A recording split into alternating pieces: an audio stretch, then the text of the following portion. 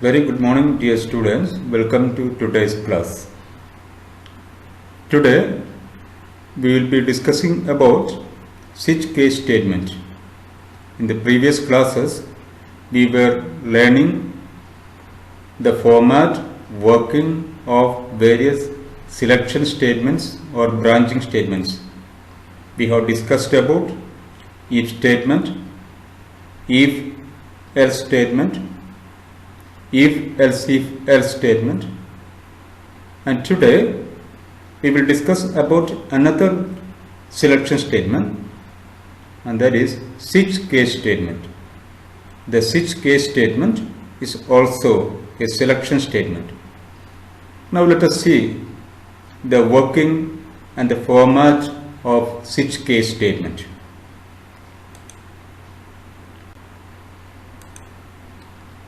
The switch case statement is also a selection statement and is used for checking multiple conditions. Just like if else statement or if ladder that we have learned in the previous classes, the switch case statement is also used for checking multiple conditions, means a series of conditions. Here in switch case statement, the value of a given variable or expression is tested against a list of case values for equality. The value of a given variable or expression is tested against a list of case values for equality. The case values are either integer or character constants. The case values must be either integer or character constants. If a match is found, the statement or statements associated with that case will be executed. If a match is found, that means if the value is equal to a particular case value, the statement or statements associated with that case will be executed. And if no match is found, the statements associated with default will be executed.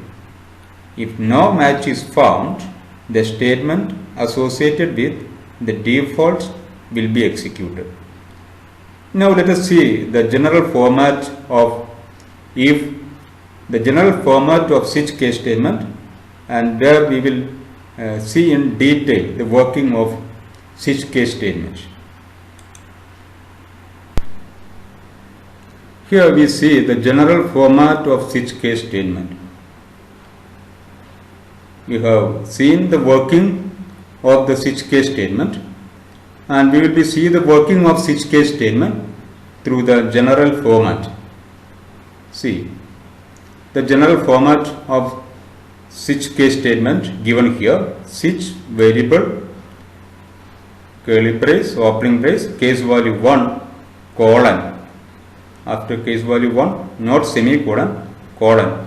Statements 1, semicolon, break, case value 2, colon. Statements 2, break, case value 3, colon. Statements 3, break. It goes like that up to case value n, statements n, break, and the last one default. Okay, let's see the format of switch case statement line by line. Here, the switch case statement tests the value of a given variable against a list of case values. The switch case statement tests the value of the variable against a list of case values. If a match is found, the statement or statements associated with that particular case will be executed. One thing that we have to remember here is that the variable must be either integer or character data type. The variable must be either integer or character data type.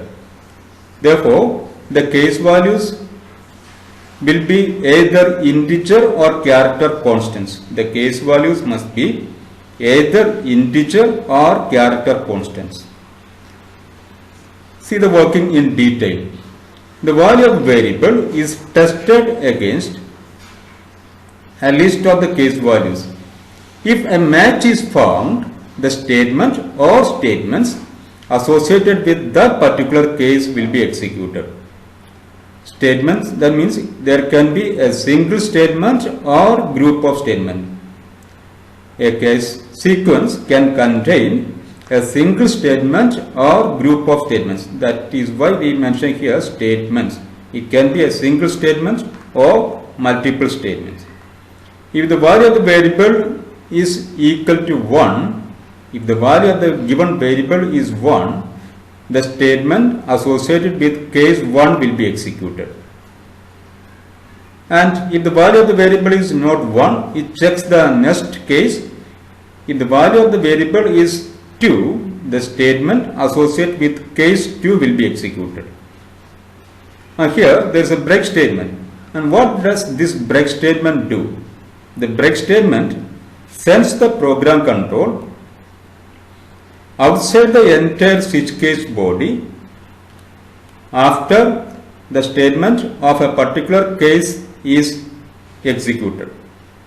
The break statement sends the program control from one case sequence to outside the entire switch case body.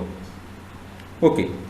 And if the value of the given variable is not 2, it checks whether the value of the variable is 3. If the value of the given variable is 3, the statements associated with that particular case will be executed. And this testing continues till the given range of values, and last, if the value of the given variable is n, the statements associated with case n will be executed. And if the value of the variable is not matching with any of these case values, if the value of the variable is not matching with any of these case values, the statements associated with the default will be executed. The statements associated with the default statement will be executed. So that is the working of switch case statement. Once again, the switch case statement checks the value of a given variable against a series of case values, and if the value of the given variable is matching with any of the case values, the statements associated with that particular case will be executed. And the variable must be either integer or character data type. It cannot be a variable of floating type or any other type. It must be either integer or character data type. Therefore, the case values will be always either integer or character constants. Okay. This is the general format of switch case statement. Now let us study in detail the working of switch case statement through an example. So before we go to the example, once again let's see the working of break statement in a switch case statement.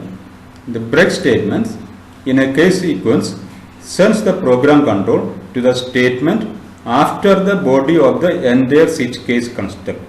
The break statement in a case sequence sends the program control to the statement after the body of the entire switch case construct. Now let's see the example.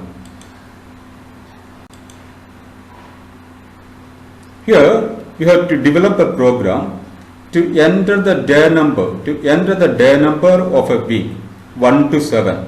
We have to enter any day number from 1 to 7 and display the corresponding day name.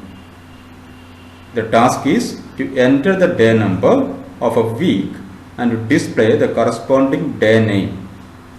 For example, because we input a sample input 5, and the output will be the corresponding day name. We know the day number starts from 1 for Sunday, 2 for Monday, 3 for Tuesday, 4 for Wednesday and 5 for Thursday. So here the output Thursday is displayed. So this is the program that we have to develop by using switch case construct. Now let's go to the program.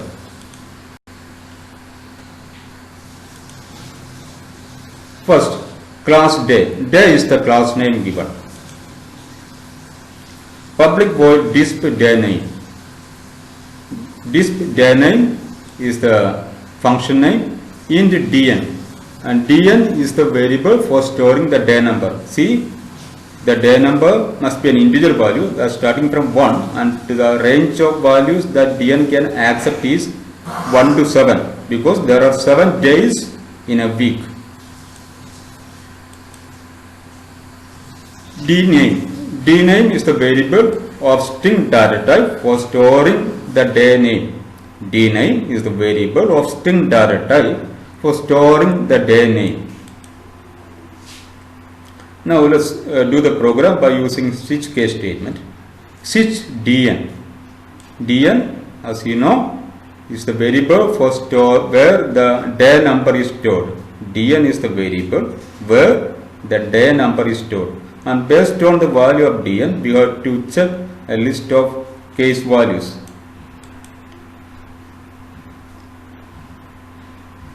Yes, if the value of the variable stored in if the value of the variable stored in dn is 1, the case 1 will be executed. Case 1 will be executed. Dname equal to Sunday, break.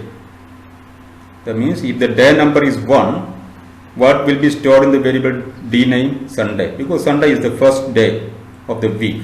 Dname equals Sunday, break. And if dn is not 1, it checks the next case, whether the value of the variable dn is 2.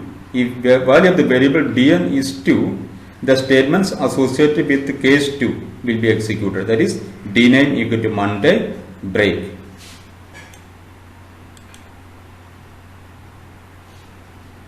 And if the value of the variable dn is not 2, the next case is tested, whether the value of the variable dn is 3. If the value of the variable dn is 3, the statements associated with the case 3 is executed. That is, dname equal Tuesday and break.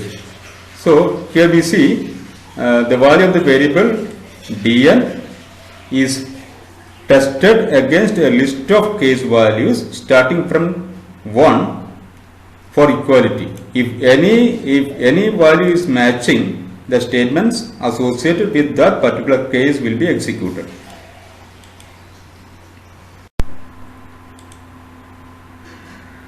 And if the value of the variable dn is not 3, the next case is executed, whether the value of the variable dn is 4. If value of the variable dn is 4, the statements associated with case 4 will be executed. That is, dname equals Wednesday, break.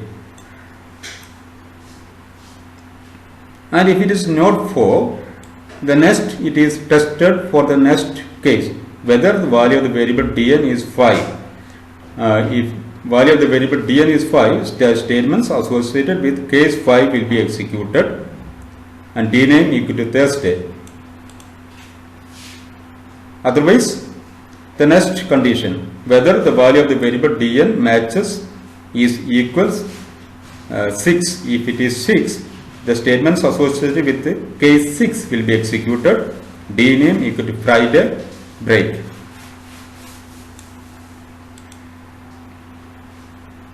Else, if the value of the variable is not 6, it checks whether the value of the variable dn is 7. If it is 7, the statements associated with case 7 will be executed. Dname equals Saturday, break. Here, one thing that we have to keep in mind, the case after case value, there is colon and not semicolon. There is, we have to give colon after each case values.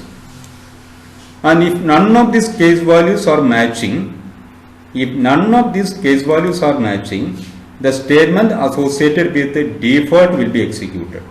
That means if the value of the variable dn is not lying in the range 1 to 7, that means that is an invalid day number. So that the statement associated with the default will be executed. Just like in the if else statement, if none of the conditions are true, the statement associated with the last else will be executed. In the same way, in switch case statement, if none of the case values are matching, the statement associated with the last default will be executed. That is, it is an invalid day number.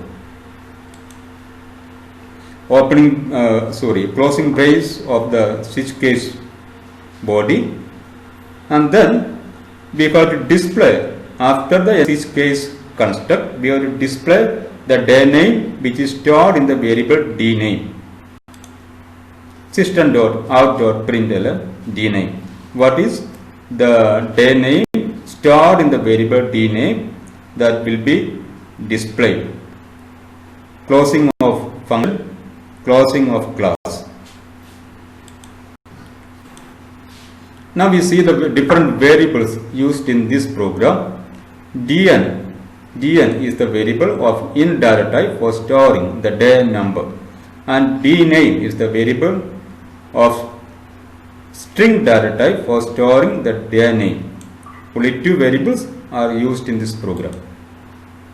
I think you follow the logic of the statements of the program. We bind today's class. Thank you.